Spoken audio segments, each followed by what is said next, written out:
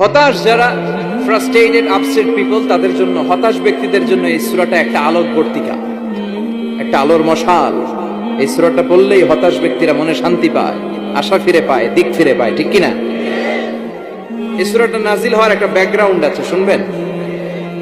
বিষ্ণু ঈসা ইসলামের কাছে যখন ওহী নাজিল হতে শুরু করলো, বিষ্ণু ঈসা ইসলাম ওহীর কথাগুলো পৌঁছে দিতে লাগলো।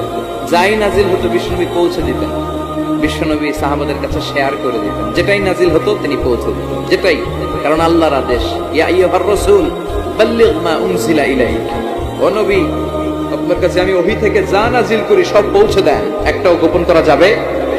আল্লাহর কাছ থেকে বিশ্বনবী যে সমস্ত মেসেজ, ইনফরমেশন, তথ্য, রেভেলেশন ওহী পেয়েছে, একটাও কি বিশ্বনবী গোপন করেছে? সব প্রকাশ করে গিয়েছে, সব শেয়ার করে গিয়েছে। বিশ্বনবী শেয়ার করতে লাগলেন। সকালে যা নাজিল হয় শেয়ার করেন, দুপুরে নাজিল হয়